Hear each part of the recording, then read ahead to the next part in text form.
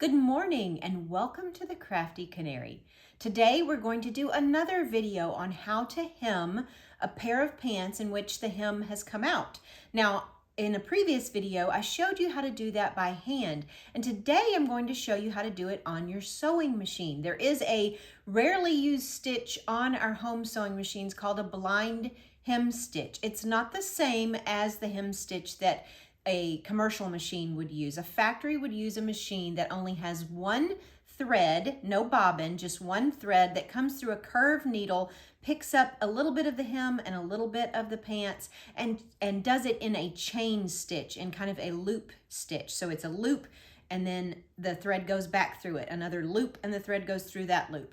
Those can be very easily pulled out. Once it comes untied at the end, you can just go whoop and it'll pull all the way out. This is very different. It's using your bobbin and your top thread and using a little zigzag that just kind of barely picks up the hem and the pants fabric. So we're going to use our mock pants that I made up here again, and I have turned the hem under, and we're going to just go to the machine and I'm going to show you how to do it.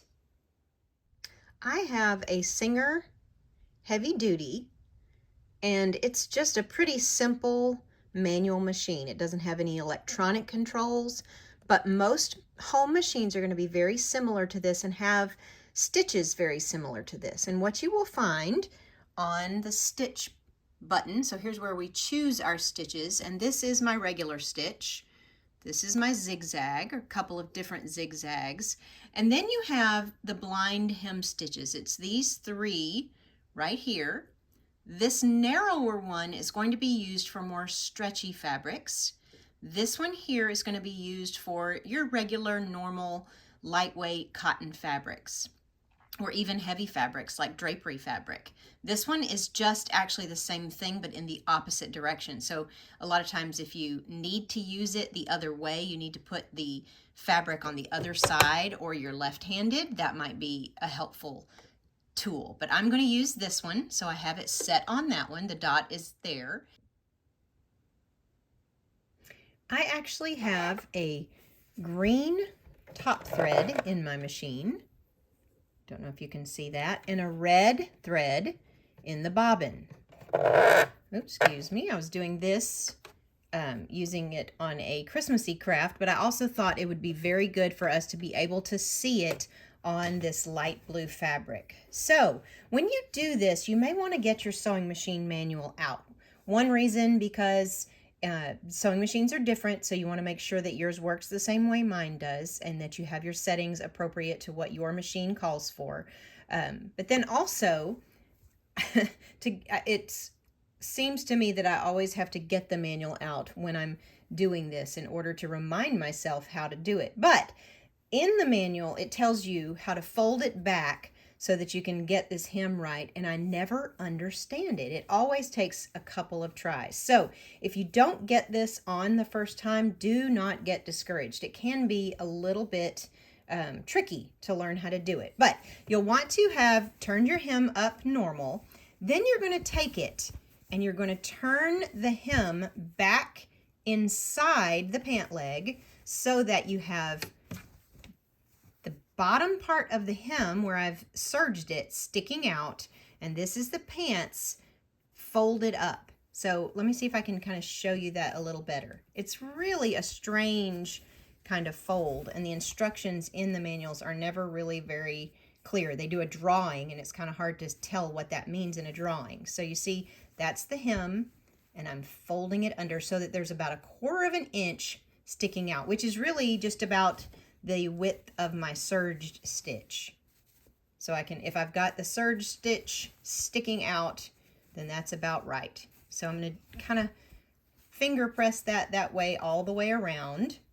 Then I'm going to need to take this arm, or this part, off of my machine so that I just have this arm, because of course my pant legs are not super wide and couldn't go over that whole thing. So we're going to put it in. Really doesn't matter where you start on this.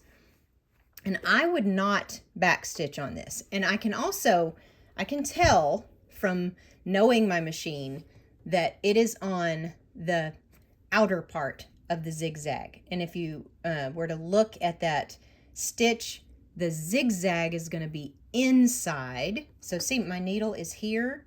It's more right sitting. I want what's going to be picked up by the fabric that's going to be picked up by the needle to be on the left side. So if I do this, you can kind of see it, and you'll see it switch over to do the zigzag in a second. See how it's switching over, and that's where it's going to pick up my fabric. So that's kind of where I want to start. I want to start with my fabric just barely, my needle, sorry, just barely picking up that fabric. That's even a little bit too much, so I'm going to scoot back over. And again, I'm not going to back stitch on this. I'm going to tie it together when I get done. So as we do this, watch what happens. It's going to pick up that fabric, and then it's going to come back out and just sew straight stitches into that just bottom of the hem. And I have it a little bit too less. I don't have enough sticking out because you see how it was hitting outside of the fabric. See, and then it's going to pick up that pants part really quickly. I'll try to slow down my stitches. See how it's just going to pick up that pants, do a straight stitch, pick up the pants, straight stitch, pick up the pants. Now I'm going to sew all the way around, and then I'll show you what we do to finish it off.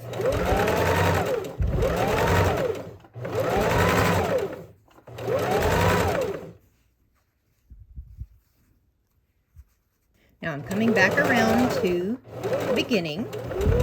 I'm going to go a little bit further because I know I was missing some there. And then I'm going to come up and I'm going to take this out, clip my threads long, so I've left a long end there. Then I'm going to take what I had here from both, and I'm going to tie a knot. So tie that a knot. Tie it again just to make it doubly secure.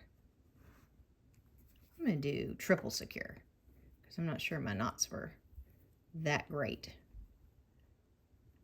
Okay, and then cut that off. And then I'll show you what we have on the outside. So you flip that hem back up. Now, it does look kind of weird and a mess. You've got red threads and green threads and a knot there, but what if I was doing black on black, or if I had used light blue or even white thread on this? You would barely see it. And now let's look and see what it looks like on the outside. On the outside of the pants. You've got kind of a little crease from where you finger pressed it. You can press that out with your iron, but you see where it caught the pants fabric is your hem stitch. And we did a pretty good job of not getting too much. Now, when they're longer is when I had a little bit more folded over and I caught a little bit too much with that zigzag stitch. That's what makes them a little bit longer in some places, but they're evenly spaced. They're small for the most part. And if that was light blue fabric, we would only see tiny little bit of a stitch. So let me show you what it looked like on my real black pants with black thread. So here I have a pair of black pants from the store, and I think I'm going to be able to show you how this chain stitch will pull out. Watch. See that? It's just pulling right out. And that will happen sometimes when you don't want it to and you're wearing your pants and then your hem comes out. I know we've all experienced it where all of a sudden we have a little place in our hem that has done this and where we don't have the hem attached anymore. So this is when this will be helpful. Okay, so let me get this to a point where it's not pulling out anymore and hem it for you on the machine. Now again, the reason I didn't do this in the first place was because you wouldn't have been able to see the black on black as well. So I did it on my silly little mock-up of a pants so that you could see what it looked like. Now what I'm doing here is I'm pulling through the loop. You know, I told you earlier in the video that that machine works by making a loop and the thread goes through. A loop, the thread goes through again.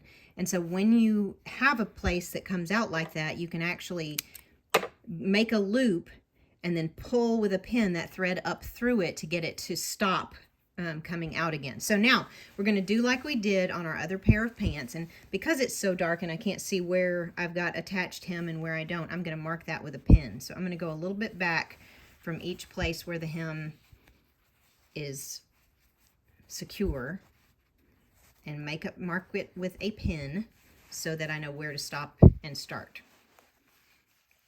So now I'm going to take that, and remember, I'm going to have I need to get it to where my pants are wrong side out. I need to have my hem folded over to where only 1/4 inch of that serged edge is showing. So now I've got my pant leg wrong side out. So that is important that you know that. You can't start with the pants right side out. You have to start with them wrong side out. And you're going to take it and turn it under, and then have that hem sticking out about 1/4 inch. Okay, and then I'm going to put that under the machine.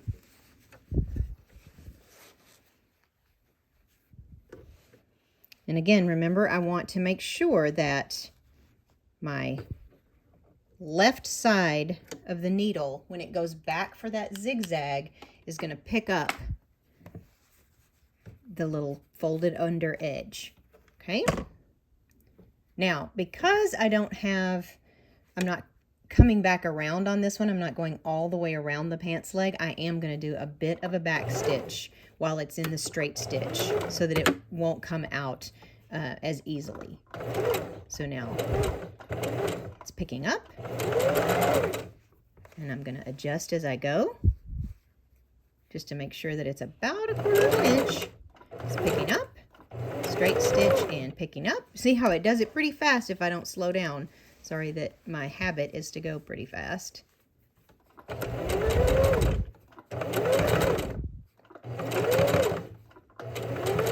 See how it picked up? And again, I'm going to back stitch and clip our threads, but this time we can clip close because we back stitched. Take that pin out.